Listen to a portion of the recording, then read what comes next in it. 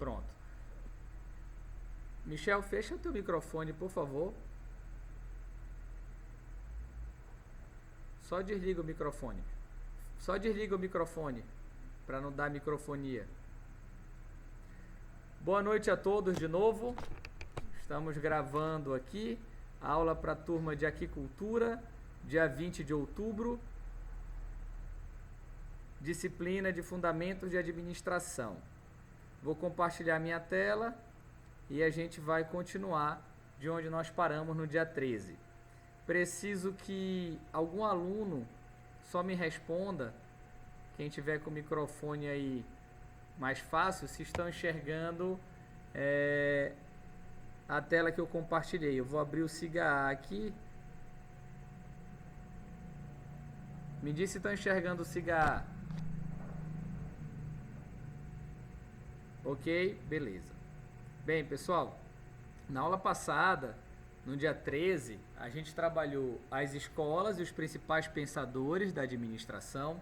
Falamos um pouco de KPI, que são os indicadores chaves de performance. Dentro de KPI, nós falamos um pouco de Taylor e Fayol. E aí, nos slides sobre Taylor e Fayol, nós destacamos os 4 principais teóricos, né? O da administração científica, Frederick Winslow Taylor, o da administração clássica, Henri Fayol. Falamos superficialmente da teoria das relações humanas, de Elton Mayo, e falamos da teoria geral dos sistemas. Deixa eu ver, tem algum aluno aqui solicitando para entrar. A Érica e o Carlos. Pronto, vamos voltar para a aula. 19h15 até 19h30 a gente vai aceitar ainda os alunos. Então, na aula passada nós falamos da Escola das Relações Humanas e da TGS de forma superficial e falamos de forma aprofundada de Taylor e Fayol, que são os clássicos da teoria da administração científica e do PDCA, do planejamento, da organização, direção e controle. Vocês me escutam bem, pessoal? Tá dando para ouvir bem? Tá dando para ver a tela que eu estou mostrando aqui? Ok. Muito bem. Aí, coloquei o link aqui do vídeo do YouTube da aula passada, ok? Para quem quisesse fazer revisão. E hoje, no dia 20, no SIGA Ata, dia 20, a aula de hoje, eu coloquei o link também da aula do dia 13, tá? Tá aqui o link e coloquei também no grupo do WhatsApp. Então, o aluno que não acessou o SIGA teve acesso ao vídeo da aula no grupo de WhatsApp. Se você entrou no SIGA, lá no SIGA tem também o conteúdo da aula de hoje, continuação, o horário da aula de hoje, 19 horas, e a data, dia 20. Então, tem aluno que perguntou hoje, 10 para as 7, vai ter aula, professor? Então, aqui ó, tem um aviso no grupo, horário da aula 20 de outubro, 19 horas, estava o horário lá na notícia do SIGA e estava no link do dia 20 aqui também a informação, horário da aula 19 horas, continuação da aula anterior, as escolas e os principais pensadores, que é a continuação da aula de hoje. No final da aula de hoje, eu falei que nós vamos ter uma atividade, essa atividade é em grupo, então nós já temos um estudo de caso aqui anexado para vocês, chama a Escola de Administração dos Marines, ok?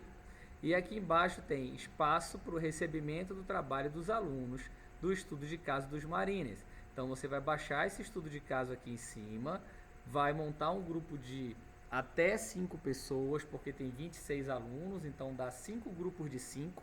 Normalmente um aluno falta ou não está matriculado, ou 5 grupos de 4, se 4 alunos não tiverem matriculado, e vão responder essas questões. Você tem uma semana para fazer isso. Transforma esse arquivo em PDF e anexa esse arquivo aqui no recebimento do trabalho dos alunos, estudo de caso, ok? Isso mata a aula de hoje. E já para o dia 27, tem aqui ó, a teoria das relações humanas e a burocracia weberiana. Na verdade, tem outro estudo de caso, eu já vou anexar aqui na frente de vocês, já vou anexar o arquivo. Cada um vale 2,5 pontos, 2 a 2,5 pontos, então a gente já garante aí mais 40% da segunda avaliação bimestral. Então, eu vou colocar aqui que esse é o estudo de caso 2.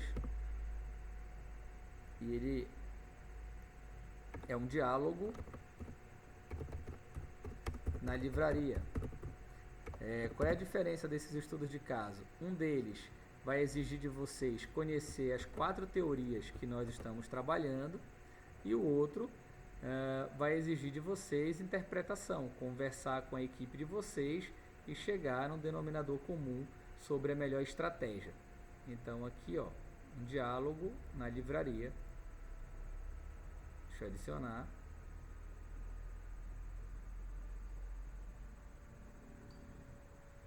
Pronto, enviar. Já vai estar lá disponível também para a semana que vem. Então, quem quiser se antecipar, pode fazer o atual e pode fazer o da semana seguinte, já fica sem nenhuma pendência.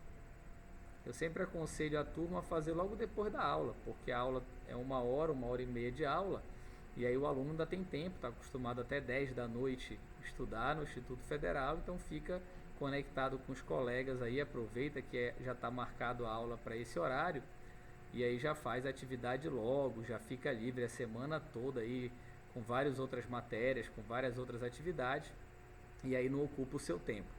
Então você já resolve a Escola de Administração dos Marines e o diálogo na livraria. Cada um vale de 2 a 2,5 pontos. Tá aqui, ó. Estudo de caso 2, diálogo na livraria, dia 27 de outubro. E aí eu vou colocar o mesmo aqui, ó, recebimento do trabalho dos alunos, eu vou colocar o mesmo espaço aqui para você adicionar esse trabalho e eu receber via SIGA-A. Eu não vou receber por e-mail, não vou receber por WhatsApp, eu vou receber aqui pelo SIGA-A. Então alguém da equipe coloca o nome do grupo, faz uma capa lá e anexa aqui com o nome de todo mundo. E aí a gente já recebe o trabalho pelo SIGA-A, fica gravado, é bem mais tranquilo, e aí a gente tem a garantia de que está registrado, né? O SIGA-A ele vai guardar o arquivo de vocês, então é mais seguro para todo mundo.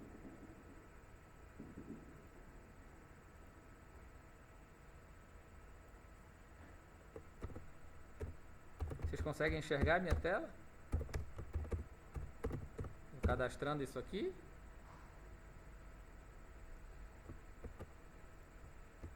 Olá, alguém aí? Eu não consigo ver vocês.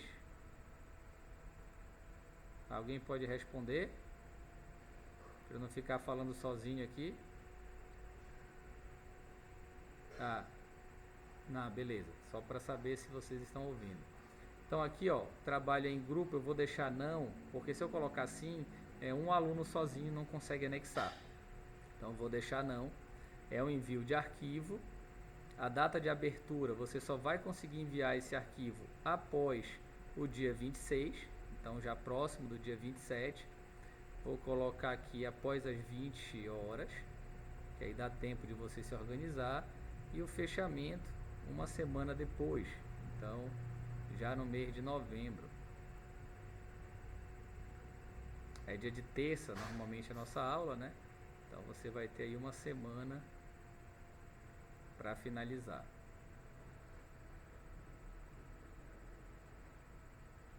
Pronto.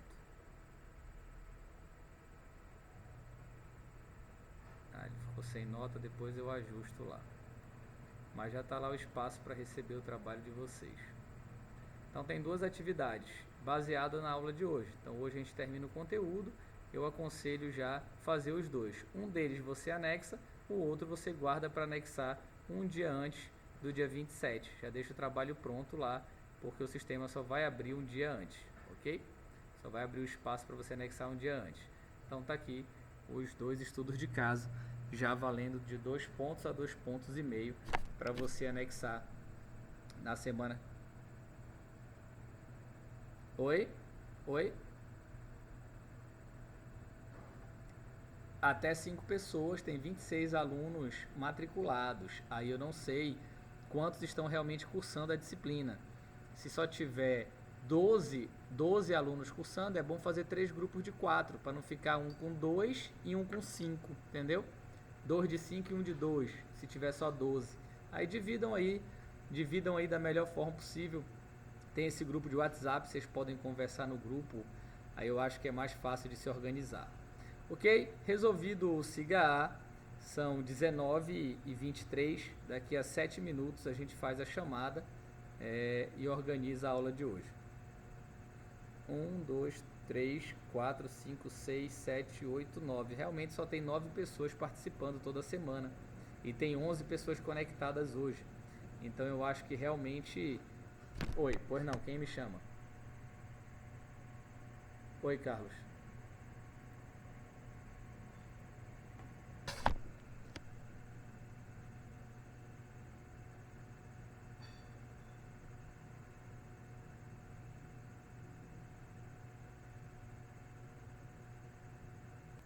Então, a partir do dia 10 de novembro a gente começa empreendedorismo, dia 17 a gente finaliza e dia 19 a gente faz a nossa prova da segunda avaliação, ok?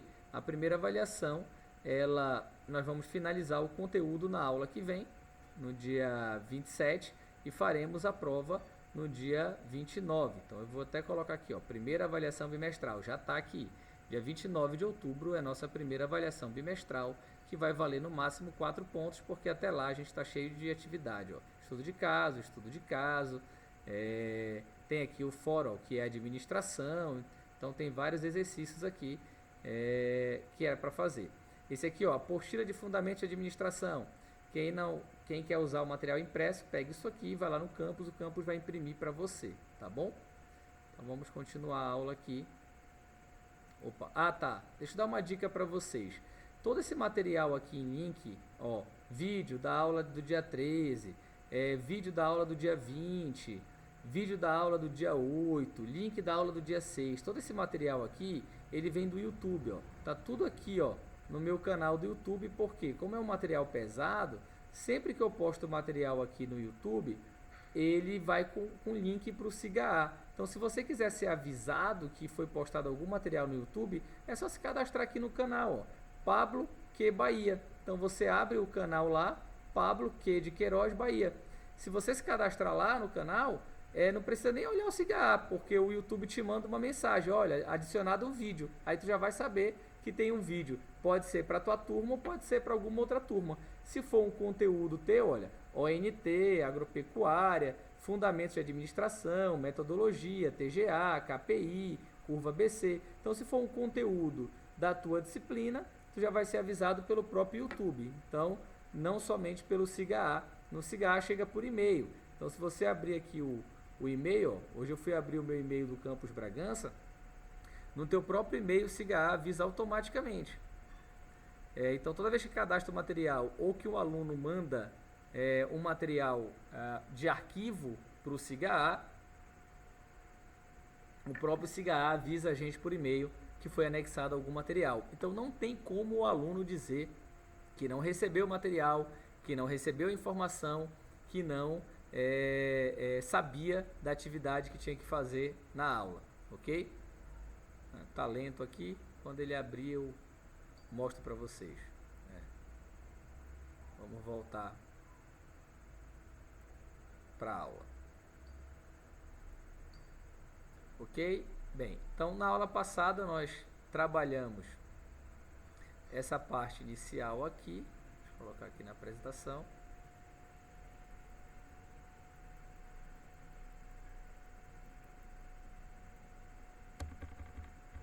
Do que é administração, falamos de KPI, falamos de Taylor e Fayol.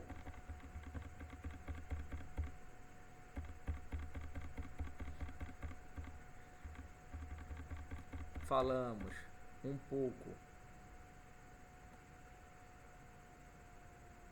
sobre que a sociedade, que a gente vive em um mundo de organizações.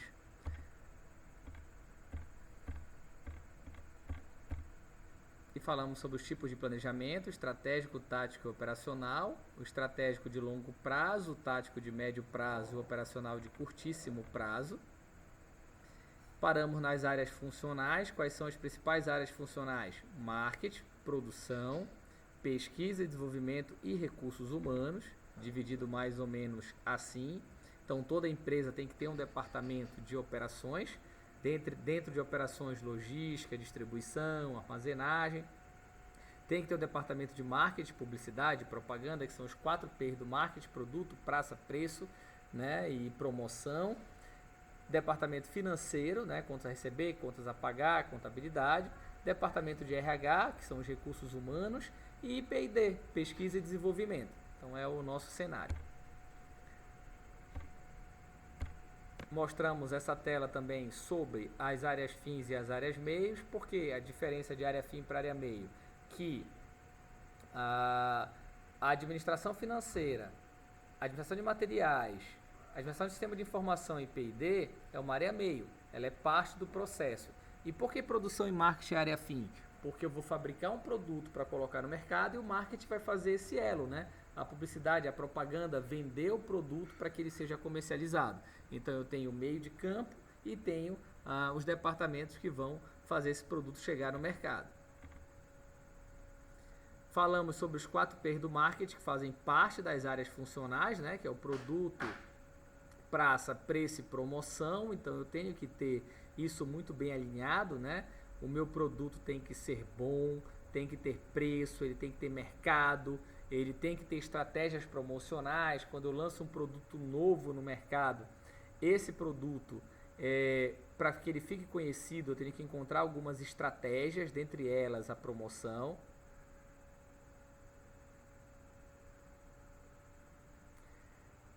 Pessoal, vocês me escutam bem? Tem aluno no grupo falando que não está ouvindo bem. Será que é o telefone do aluno? Ou vocês não estão ouvindo bem? Ah, tá. Então é a internet. Lá no grupo estão falando que não estão ouvindo. A Érica, já tá melhor, Érica? Deve ser alguma coisa no telefone aí, tá bom? Tenta ajustar aí. Não sei se é o celular ou se é o computador. Mas vamos seguir então.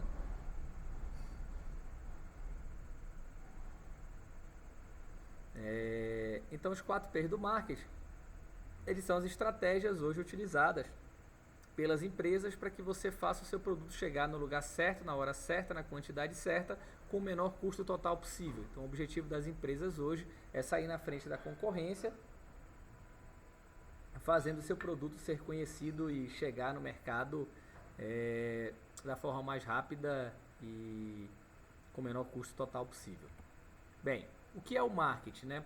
O marketing ele tem a função de identificar a necessidade e os desejos das pessoas. Então, normalmente são os desejos não satisfeitos, né? A gente precisa, como empresa, identificar essa necessidade de mercado para que a empresa fabrique o produto e a gente possa distribuir. Então, antigamente a gente perguntava quem é o primeiro elo de uma cadeia de suprimentos, o cliente ou o fornecedor? E as pessoas falavam o fornecedor, porque o produto sai lá da fábrica e chega até mim. Está errado. O primeiro elo é o cliente, porque o cliente sente uma necessidade, a partir dela é que vai se fazer o produto e depois vai distribuir o produto para o produto chegar até mim. Porque se eu não tiver essa necessidade, por que eu vou fazer o produto? Se eu fizer o produto sem a demanda, vai ficar encalhado. Eu não vou distribuir, a empresa vai ter um estoque elevado, capital parado, prejuízo.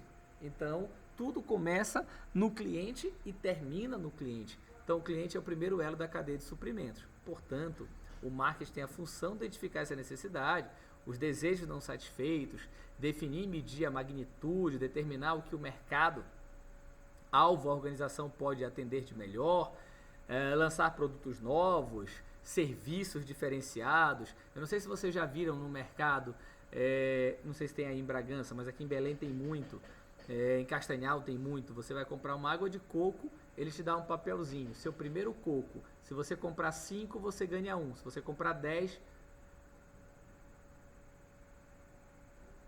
tá falhando, pessoal, o áudio? Pessoal? Não entendi. Então... eu acho que é a internet daí. Porque olha só, eu troquei a internet daqui para poder eu dobrei a quantidade de megas, tinha 100, foi para 200, está chegando 206, justamente por causa das aulas. E aqui tá meio que perfeito, testei várias vezes hoje o dia inteiro, ela não caiu, ela está chegando à mesma velocidade fornecida e os alunos não reclamaram, o link está chegando, está conseguindo gravar a aula, estava boa, mas me avisem que a gente para, volta e tenta falar um pouco mais devagar, tá bom? Mas vamos voltar para o exemplo, vai ficar gravado a aula, vocês podem assistir também, porque aqui não trava, então essa aula vai sair com a voz normal, tá? Vocês podem escutar depois. Então olha só, aqui em Belém e também em Castanhal tem o programa Fidelidade Cliente, em qualquer ramo. Se você vai comprar uma água de coco, eles te dão um ticket, a cada 5 cocos você ganha um. Aqui na lavagem de carro, a cada 10 lavagens você ganha uma. Tem alguma coisa parecida aí em Bragança? Vocês já viram em algum lugar para fidelizar o cliente? Isso aonde?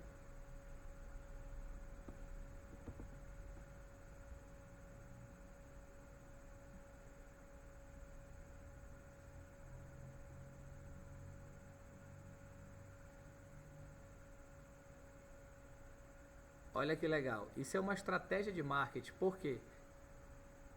Ela sabe que você vai comprar sempre dela. Olha que legal. E aí você fideliza o cliente volta. E tem que ser sinal de orgulho e satisfação quando você ganha a lavagem. Por exemplo, se eu ganho a lavagem do meu carro, vou lavar, o dono não pode fazer cara feia e falar: meu Deus, lá vem aquele cliente lavar de graça. Pelo contrário, ele tem que estar muito alegre e falar: que bacana, seja bem-vindo, bora lavar o teu carro. Por quê? Porque ele sabe que eu já fui 10 vezes, que eu sou um cliente fiel, que eu não fui no concorrente. Por isso ele está dando aquele prêmio. Então é uma das estratégias de marketing. Então o marketing, ele tem que lançar sempre um produto novo. Não sei se vocês já viram no mercado, a mesma empresa de shampoo, de creme, ela lança vários tipos de fragrâncias diferentes, de perfumaria. Por exemplo, antigamente tinha as mulheres podem falar melhor, tinha uma linha de shampoo e creme chamado Seda Ceramidas, não sei se ainda tem, né? Era um shampoo seda, né? Era um shampoo branco, vendia em todas as farmácias. E eles começaram a lançar vários tipos, né? Seda chocolate, seda de fragrâncias diferentes, de limão, de rosas, Por quê? Cada vez que o produto caía o ciclo de vida da procura daquele shampoo, eles lançavam um novo, aí voltava a procura daquele produto. Então a empresa conseguia se manter um volume de vendas no mercado porque ela lançava um produto novo. Então a estratégia de marketing dessa empresa era tirar um produto do mercado e colocar outro, ou ir lançando produtos simultaneamente para que ela se mantivesse sempre no topo e com faturamento sempre equivalente. Então era uma das estratégias que ela utilizava. Ok até aí? Estão entendendo? O que é a fidelização? Tá dando para ouvir? Vamos lá. Então o marketing, ele ocupa-se em desenvolver 4 elementos, que é o produto, a promoção, a praça e a distribuição. O produto, ele pode ser um bem ou um serviço. Então pensem comigo. Quando é que ele é um bem? Quando ele é tangível, né? Quando eu te vendo um produto que você vai usar, que você toca, que você comercializa. Quando é que ele é um serviço? Quando você presta um serviço para alguém, por exemplo, uma aula ministrada, você pagou por um curso de pós-graduação, você pagou por um curso de línguas, idiomas, você pagou por um curso de computação, por um curso de Photoshop, enfim, você pagou por um serviço, esse serviço vai ser prestado e você adquiriu conhecimento. Então, o teu produto, ele pode ser um bem ou um serviço, ok? Então, isso vai ser precificado. Como você escolhe o preço? Depende do público-alvo, se é classe A, B, C ou D, dos teus custos para ofertar aquele produto. Então tem que estar embutido para te ter uma margem de lucro. Qual é a tua praça? O que é a praça? É aonde tu vai comercializar esse produto. Será que os preços do Salgateua são bons para a Praça de Bragança? Será que as pessoas consomem muito o salgado do Salgateua? Será que é justo o preço E como é a praça deles? Será que tem em todo o Pará, em todas as regiões do Pará, o salgateiro, ou só tem em Bragança o tipo de salgado que ele fabrica? Entendeu? E como é a comunicação com o público? Ele coloca anúncio na televisão, jornal, revista, rádio do salgado dele? Ou as pessoas já conhecem e fazem propaganda boca a boca? Então depende do que tu queres atingir, se é um produto novo ou se ele já é conhecido no mercado. Olhem para essa imagem, comparem os diferentes produtos. Se você olhar a parte de cima da tela, você vai ver aparelhos de barbear azul. Se você olhar a parte de baixo, você vai ver alguns aparelhos de barbear cor-de-rosa. Será que isso sugere público diferente, sim ou não? Sim. Mas eu posso comprar um aparelho cor-de-rosa e fazer a minha barba?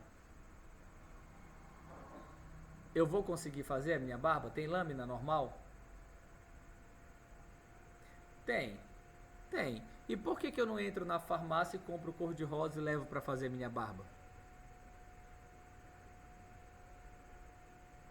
Quem pode me responder? Por que eu levo o azul?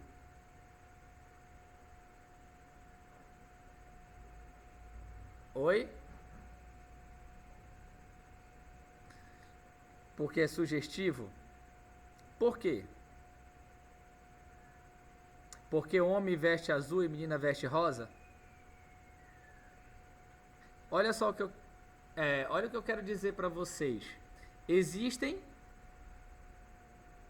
Ah, vamos já chegar aí. Quem falou? Daniele, vamos já chegar aí. Primeiro as cores, tá, Dani? Primeiro as cores. O azul e o rosa. Vocês concordam que se eu comprar o rosa eu faço a barba? Se eu comprar o azul eu faço a barba também, certo?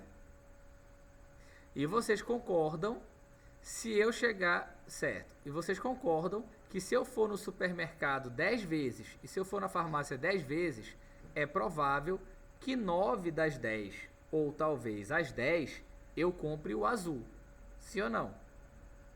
Eu, Pablo. Sim ou não? Sim, muito bem. E um colega falou que é porque é sugestivo. Talvez por causa da cor? Sim, talvez por causa da cor. Fomos criados assim? Talvez sim, hoje não tem mais isso. Mas concordam também que se não tiver o azul e eu tiver desesperado, meia-noite, precisar ir num evento, não tem barbearia aberta e só tem o barbeador rosa na farmácia, eu preciso fazer minha barba, eu vou comprar o rosa, sim ou não?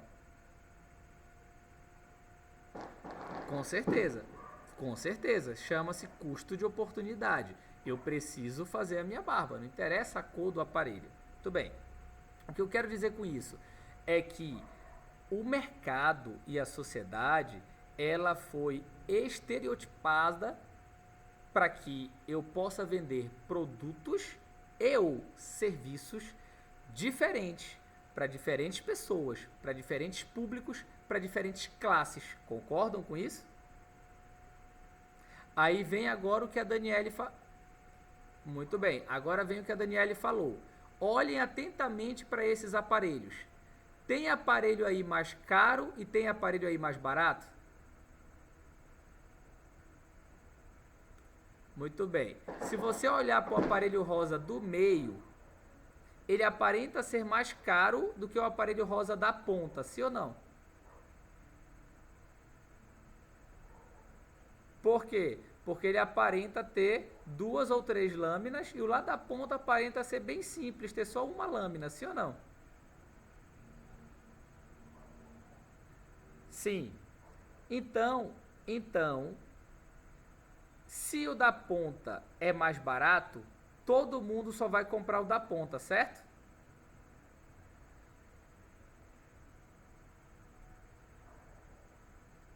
Todo mundo concorda?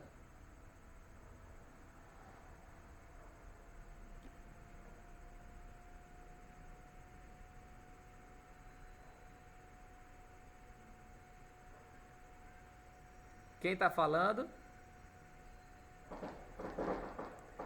Lilian, muito bem. Nem todo mundo vai comprar porque é mais barato. Tem gente que vai comprar o de 2 ou 3 lâminas porque vai fazer melhor, vai tirar a barba melhor, vai depilar melhor, vai machucar menos, ele é mais flexível, ele, enfim, não vai empolar. Ele tem alguns fatores que agregam e o preço justifica. Mas tem gente que não tem dinheiro para comprar o do meio, ele vai comprar o da ponta. Eu posso dizer que é um público classe D, E, e posso dizer que o público classe B e C compra o do meio, um pouco melhorzinho. Sim ou não? Sim. Então, vocês concordam comigo que eu tenho diferentes produtos para diferentes pessoas e tenho diferentes preços para diferentes classes A, B e C?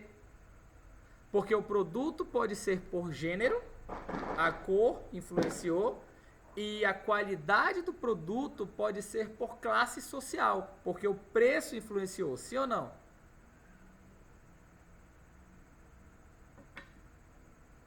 Então, eu posso dizer que tem gente em Belém, Castanhal e Bragança que tem poder aquisitivo para comprar uma Ferrari. E tem outros que somente um Fusca. Certo? Nem por isso a empresa vai deixar de vender Ferrari. Nem por isso a outra empresa vai deixar de vender Fusca. Vai deixar de vender Palio, vai deixar de vender HB20. Ou seja, sempre eu vou ter demanda para diferentes tipos de produtos ou serviços. Olha um exemplo de serviço. Olha esses hotéis. Se você for ver lá embaixo, tem um hotel Fórmula 1. Esse hotel Fórmula 1, ele vende um tipo de serviço. Qual é o tipo de serviço que o Fórmula 1 vende? Um hotel barato que está localizado próximo de terminal rodoviário. Esse é o tipo de serviço que ele vende. No Brasil inteiro, o Fórmula 1, ele é sempre próximo de terminal rodoviário. E ele é sempre um hotel barato, que não tem nem café da manhã. Então ele gira em torno de R$ 99. Se você pagar o café, fica em torno de R$ 120. Ok?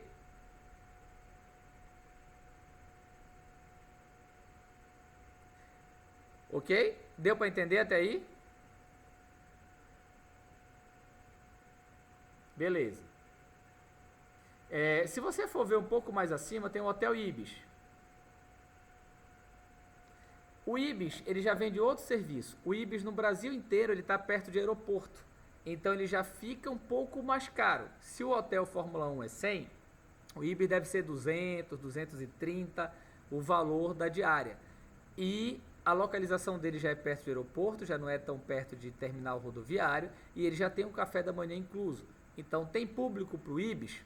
Tem, assim como tem público para o Fórmula 1, certo?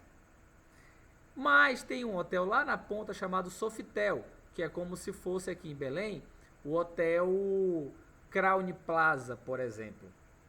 É como se fosse o Hilton Hotel na época boa do Hilton. Você tem um café da manhã topíssimo, você tem uma cama maravilhosa com travesseiros de ganso, com banheiras dentro do banheiro para tomar banho, com chuveiros quentes, com edredons, ou seja, você vai pagar R$ 650 na diária, R$ 1.000 na diária do Sofitel e R$ 100 do Fórmula 1. Você vai ficar em qual? No Sofitel ou no Fórmula 1?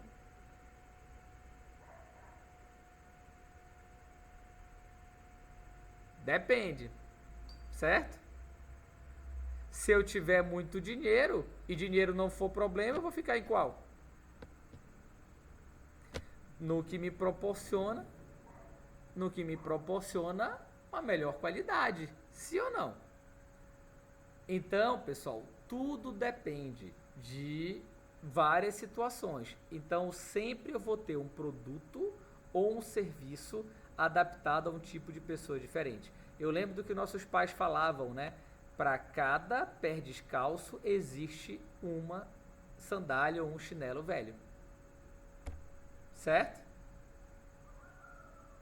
Pois é. Bem, e aí, continuando, vou passar o papel do gerente que nós vimos na aula passada.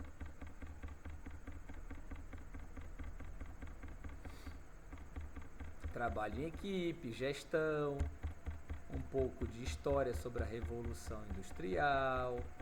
Isso aqui é tudo teoria para dar base à teoria das relações humanas de Elton Maio.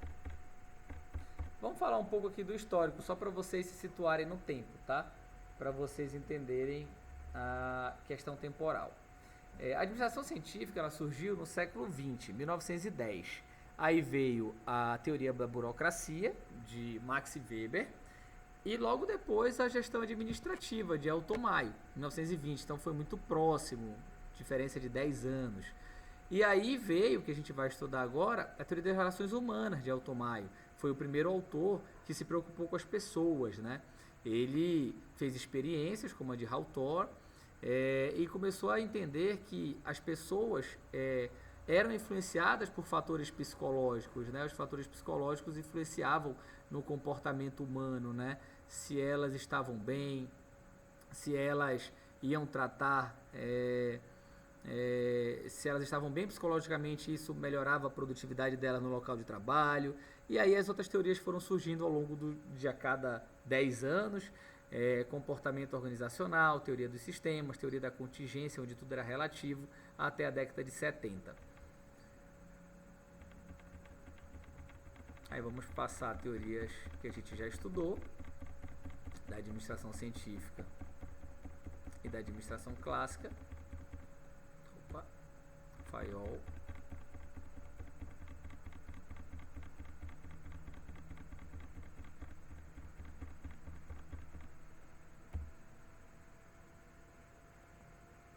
Só recapitulando aqui o processo de controle. Vocês lembram que Henry Fayol ele trabalhava com PDCA, que era planejamento, organização, direção e controle, ou Plan Do Check Action do termo em inglês. Então, como era o processo de controle? Primeiro, você estabelece os parâmetros, que a gente chama de KPI. KPI é indicador-chave de performance, ou indicadores de desempenho. Esses indicadores, eles servem de parâmetros, para que no final do processo você compare e veja se tudo saiu como esperado. Então você estabelece esses parâmetros previamente, faz a medição desse desempenho, compara para saber se o resultado foi o esperado e se não foi, faz as medidas corretivas e o processo de controle, que é o acompanhamento, inicia de novo, ok?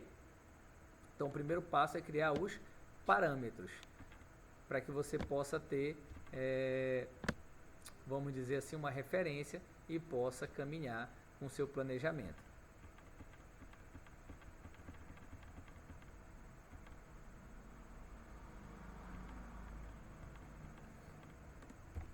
O que vai cair, só para ratificar, no nosso testezinho que eu falei na aula passada para vocês. Nós vamos ter um teste,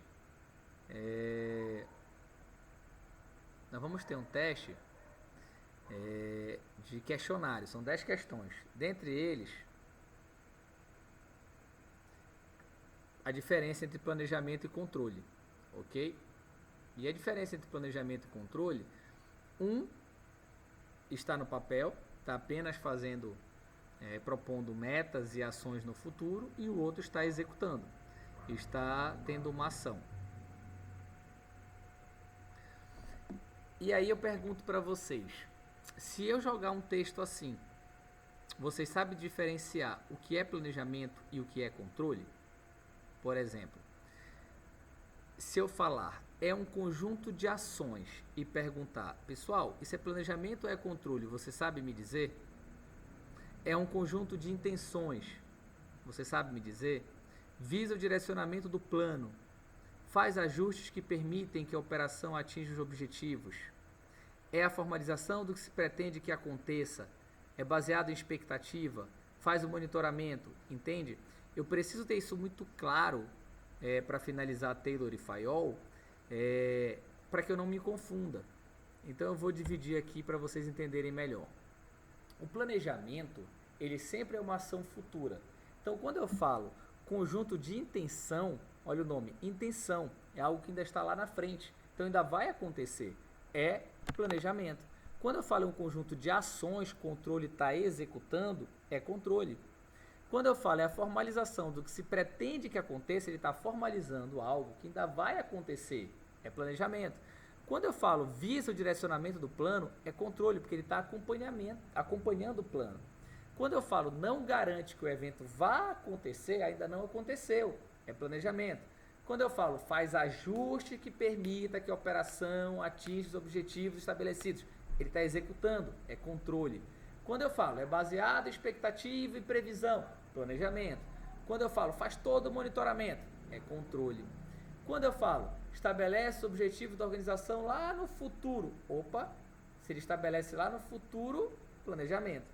E quando eu falo é o processo de fazer ajustes se necessário, se está fazendo ajuste, é controle. Deu para entender o que é planejar e o que é executar? Tá dando para entender? Vai cair só para marcar. Tá tranquilo? Beleza. Então, beleza, vamos continuar. E aí o planejamento, ele é dividido em curto, médio e longo prazo. E em nível estratégico, tático e operacional. E eu posso ter anos, meses, semanas, dias ou horas. Então eu posso planejar algo para daqui a minutos, para daqui a dias, para daqui a meses ou para daqui a anos. E planejar e controlar a capacidade produtiva de uma empresa é fácil? Não é fácil. Por quê? Afeta muita coisa, afeta os custos, a receita, o capital de giro, a confiabilidade, a velocidade, a qualidade. Então, o planejamento é muito importante, né? Ele impacta diretamente em vários aspectos da empresa. Então, o planejamento estratégico, ele influencia a tomada de decisão, né? Percebe que ele está lá no topo, enquanto o operacional está aqui embaixo. Então, vamos passar essa parte inicial de planejamento e controle, que a gente está só relembrando, e vamos lá para a teoria dos sistemas.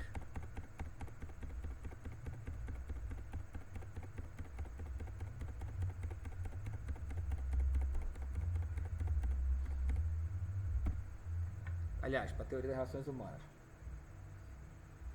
Bem, quem é o autor da teoria das relações humanas? Elton Mayo. Qual foi o diferencial dessa teoria? Entrar o aspecto comportamental, entrar a preocupação com as pessoas. Lembramos que Taylor se preocupava apenas com o chão de fábrica, Fayol com a gerência administrativa, planejamento, organização, direção e controle, e o primeiro a se preocupar com as pessoas foi Elton Mayo. Então a teoria dele foi muito importante, porque ele resgatou esses processos comportamentais. Na teoria das relações humanas, a gente tem a experiência de Hawthorne. Por que essa experiência ficou famosa? Porque essa fábrica ficava numa cidade nos Estados Unidos, chamada Hawthorne, e ele fez um teste com mulheres, em que ele botou 2 grupos. E um desses grupos ele tirou a luz, iluminação, que ele chamou de influência ergonômica, para ver se a produção delas diminuía. E na outra ele deixou a luz. E o objetivo dele era que essa luz fizesse elas produzirem menos. Por quê? Porque se ela produzisse menos, ele ia provar que se ele tira um aspecto ergonômico, a produção cai. Era isso que ele queria. Só que naquela época a mulher não trabalhava, então elas falaram, poxa, a gente está sendo testada. Então elas queriam mostrar serviço, elas também estavam trabalhando de forma repetitiva. Lá no Taylor a gente chamava isso de peça de engrenagem, o homem era peça de engrenagem, the one best way, o melhor caminho para fazer as coisas, a melhor maneira. Então nessa época a mulher queria mostrar trabalho, então ele acabou dando um tiro que saiu pela culatra, aquela expressão bem antiga, mas ele acertou o alvo, porque ele provou que por elas terem pensado que antes elas não pensavam na teoria de Taylor, elas agiram diferente do que ele esperava. Então, se as pessoas pensam no local de trabalho, elas influenciam o resultado. E hoje você vai em algumas empresas, restaurantes, eles te dão um papel para você assinar lá. que você gostou, o que você não gostou, dê o seu feedback, né? Faça uma avaliação.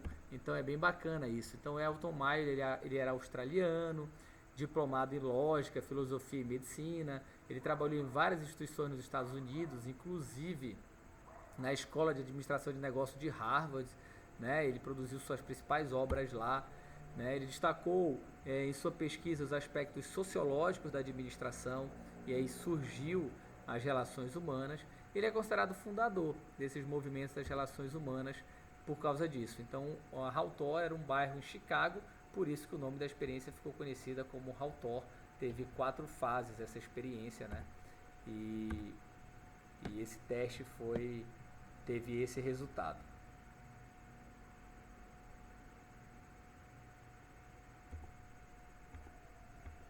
Bem, para esse estudo, o que ele levou em consideração?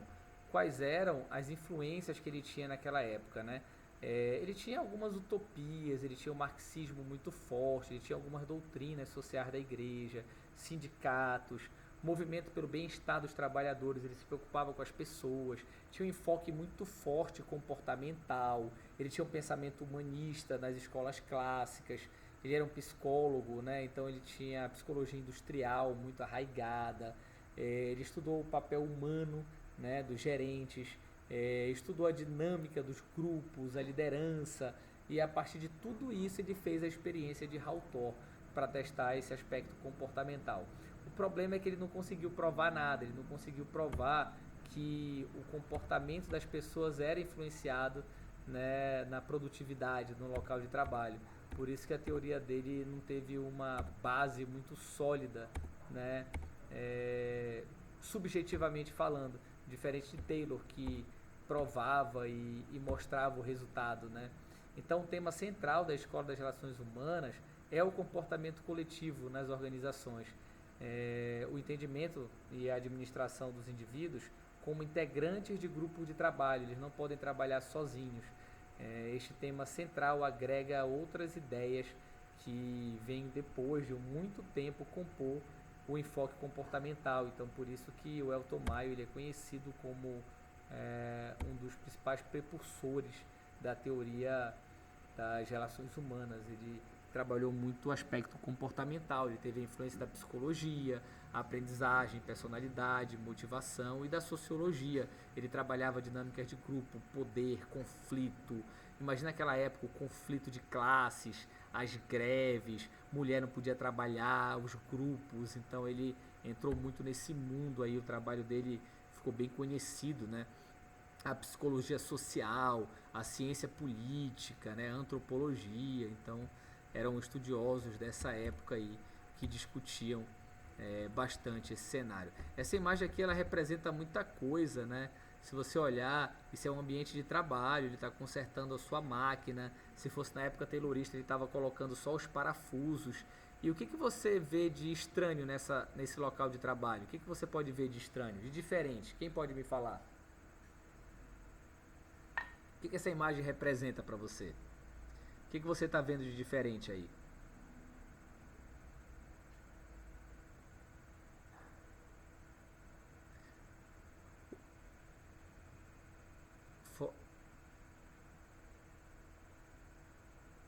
E o que isso quer dizer nessa época, nesse momento, nessa teoria?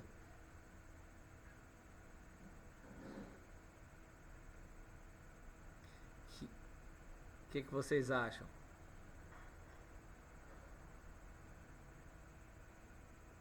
Lembrem, a teoria é comportamental, a teoria das relações humanas. Então eles queriam deixar o ambiente de trabalho o mais próximo possível da sua casa, do seu lar, do seu ambiente agradável, do seu ambiente mais tranquilo, em que você se sente em casa.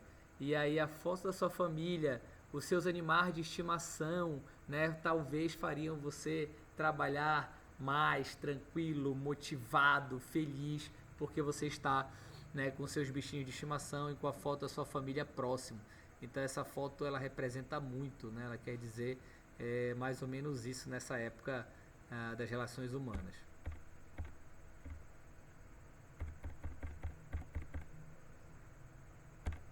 O problema é que a maioria dos autores que vieram depois dizem que Fayol era um autor, a crítica diz que ele superestimou os aspectos informais e emocionais, né?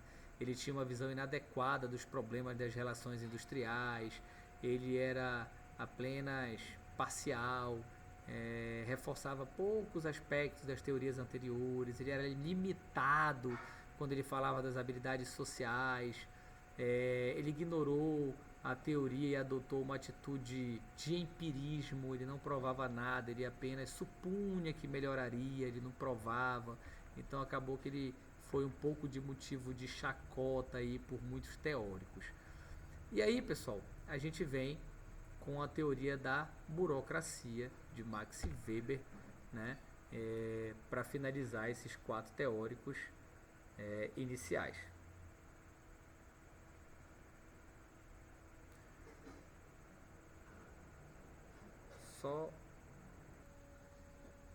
Vamos lá. Então a burocracia de Weber falava muito. O nome burocracia hoje nos remete a lentidão, atraso, problema, dificuldade. Porém, se você parar para pensar, na época weberiana, a burocracia era sinônimo de organização, de agilidade, de sistematizar tudo para que ficasse mais ágil. Então ele dividia tarefas, dividia o trabalho, tinha hierarquia, tinha autoridade, tinha regra, tinha regulamento, tinha impessoalidade, porque a partir daí, se você organizasse tudo isso, você conseguiria agilizar os processos. Então Max Weber era sociólogo, né, relembrando a última aula. Deixa eu passar aqui. Ele trabalhou aspectos de formalidade, impessoalidade e profissionalismo, né? As burocracias são essencialmente sistemas de normas. Impessoalidade porque as pessoas são ocupantes de cargos ou de posições formais. Alguns dos cargos são de figuras de autoridade, a obediência é devida ao cargo e não às pessoas. No caso, por exemplo, da gestão do campus, de alguns cargos políticos, administrativos. E profissionalismo, as burocracias são formadas por funcionários, né? Como fruto de sua participação, os funcionários obtêm meios para sua subsistência. Então você trabalha para ganhar dinheiro, para sobreviver, você vende sua força de trabalho. E existem os 3 tipos de poder: o coercitivo, o manipulativo e o normativo. Se eu falo hoje para minha filha, por exemplo, olha filha, você pode ter que fazer o dever de casa antes de brincar. Quando ela era menor, ela falava: não pai, eu quero brincar. Não, então se tu for brincar sem fazer o dever de casa, não vai ter mais videogame, não vai mais assistir filme, televisão, cinema. Aí eu tô coagindo ela, né, controlando ela, e ela vai acabar fazendo porque eu estou, né, impondo alguma coisa, uma restrição, uma punição, fazendo ou você vai apanhar se não fizer isso. Então eu estou obrigando ela, né? Uma obediência mecânica. Mas eu posso manipular também, né? Eu posso influenciar, como muitos dos políticos hoje fazem, né? As pessoas seguem políticos hoje pela pura manipulação. E tem o baseado em norma, né? Moral, disciplina. Então você acaba tendo que seguir as normas e regulamentos. Se aquela sociedade ali diz que você tem que se comportar de determinada forma, não pode usar, por exemplo, maconha no Brasil. Se você usar, você vai preso. Mas lá na Holanda você pode. Você não pode ter jogo de azar no Brasil, não pode ter cassino. Se você abrir um cassino, você vai preso. Mas em qualquer outro país do mundo você pode ter cassino. Então é uma norma, né? E se você for contra, você vai sofrer as represálias. Então existe vários tipos de poder, né? O coercitivo, o utilitário e o normativo. E a sociedade, ela pode ser tradicional, carismática ou burocrática. A tradicional é aquela patriarcal, normalmente o pai é o clã, é o que sai para trabalhar, a mãe fica em casa cuidando da família, dos filhos, enfim. A carismática normalmente é a mística, né? A personalística, como partidos políticos, nações revolucionárias, as católicas, as protestantes, então são bem vamos dizer assim, dogmáticas, né? E a racional ou burocrática são normas impessoais, né? Como nas grandes empresas, nos exércitos, no exército você obedece, você não pergunta por que está fazendo aquilo, você segue a patente, né? Então tem esses três tipos de sociedade. Bem, e aí chega no ponto que a gente precisa entender da teoria weberiana. Se burocracia é para sistematizar, organizar e agilizar os processos, tudo que vai de encontro a isso é antiburocrático. Então a gente chama de disfunção burocrática. O particularismo, a satisfação de interesse pessoal e o excesso de regra. Tudo isso, pessoal, é disfunção burocrática. Então não vai de encontro não vai ao encontro da burocracia weberiana, vai de encontro. Então é errado. A gente chama de disfunção. A hierarquia, o individualismo, o mecanicismo. Então você pode olhar com calma isso aqui depois, porque vai cair uma questão de marcar, né? Você não pode defender interesses pessoais, você não pode ter nepotismo, você não pode influenciar, colocar parentes para trabalhar com você, você não pode beneficiar empresas de parentes, você não pode ter muitas regras, você não pode influenciar interesses próprios, você não pode legislar em interesses próprios, você não pode ter vaidades, você não pode ter tanta burocracia que a empresa não vai andar. Então tudo isso é uma disfunção burocrática.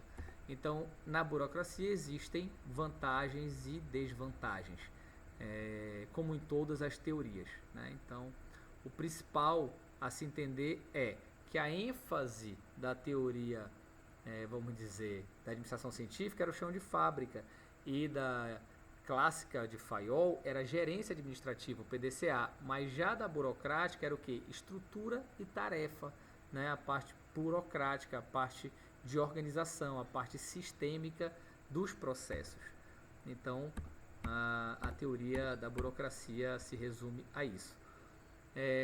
A teoria geral dos sistemas, né, a gente já vai para 1h20 de aula, já são 8h23, né, o vídeo está inclusive bem grande, já tem mais de 1 hora.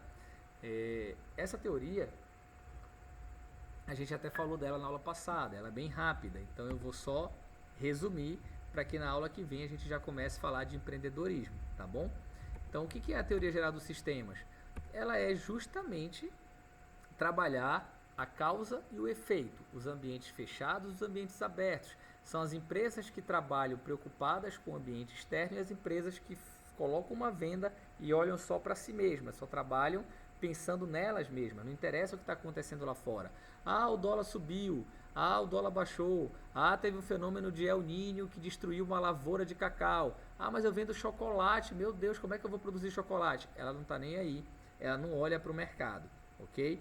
Então a gente explicou na aula passada a questão dos aviões, de como é que funciona o sistema, por que Brasília, lembram da aula passada? É uma operação logística, chega a todos os voos ali e sai mais diretamente para o custo ser menor. Lembram disso?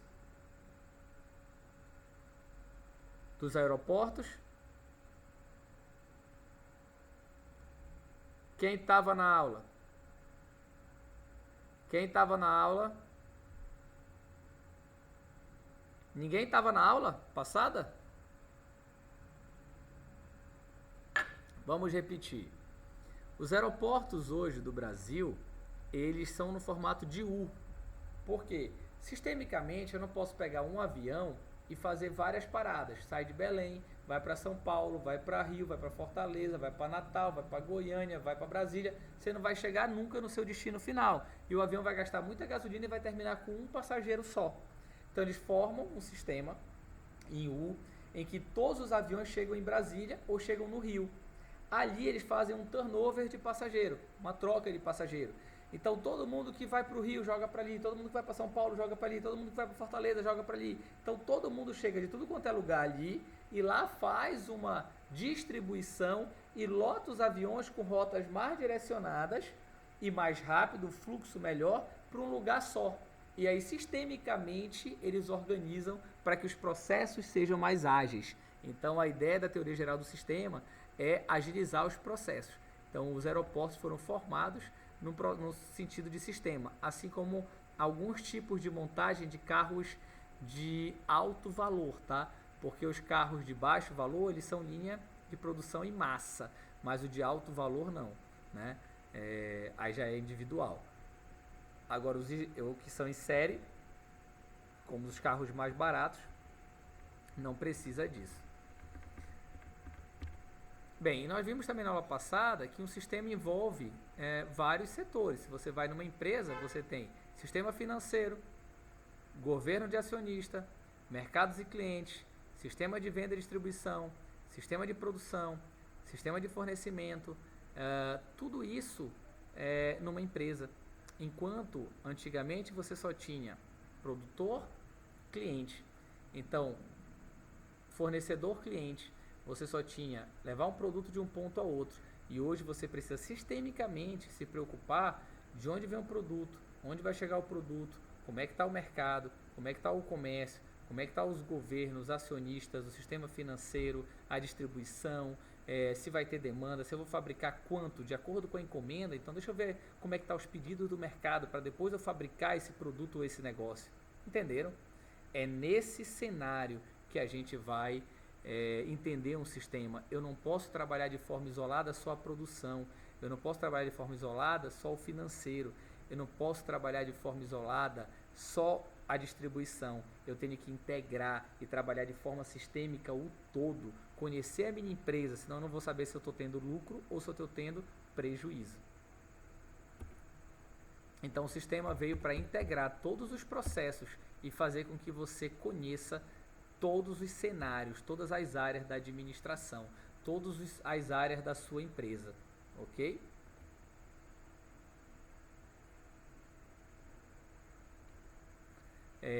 E aí nós temos os tipos de sistema fechado, que não apresentam intercâmbio com o meio ambiente, como eu falei para vocês, e o aberto, que eles fazem interação com o meio ambiente. Eles são divididos em input, processamento e output, que é justamente a entrada, o processo de transformação e a saída. E aí tem a retroalimentação, que aí você volta para começar tudo de novo. A gente chama de feedback. Quais são as principais características do sistema aberto? Nós já conversamos. E do sistema fechado também. E aí esse aqui é o feedback, né? É o retorno depois que o processo finaliza. Aí vocês vão poder olhar com calma esse material. Esse aqui também são um trabalho de uns alunos que eu pedi para eles fazerem, ó. E aí eu coloquei aqui para dar um suporte para vocês na teoria e nos conceitos. Eu já deixei aqui para vocês acompanharem. Olha só, entrada, no meio nós temos o processamento e do lado direito o output, que é a saída. Essa saída pode ser um bem ou um serviço. Por que pode ser um bem ou um serviço? Eu posso ter uma entrada de matéria-prima chamada madeira e posso ter a saída de cadeira, cama e guarda-roupa. Então teve um processamento. Ou posso ter uma entrada de alunos, professores e sala de aula e posso ter uma saída de alunos formados com o processamento do processo educacional. Então pode ser um bem ou um serviço, ok? Por isso, input, processamento e output. Em síntese, finalizamos todo o plano dos modelos, graças a Deus. Agora, próxima aula, empreendedorismo. Ok, pessoal? Até aí, todos conectados ainda? 12 alunos. 4 já desistiram. Devia fazer a chamada no final, que 4 já desistiram. Quem puder...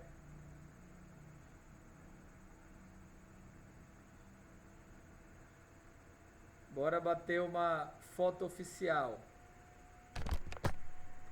Quem puder ligar a câmera, liga.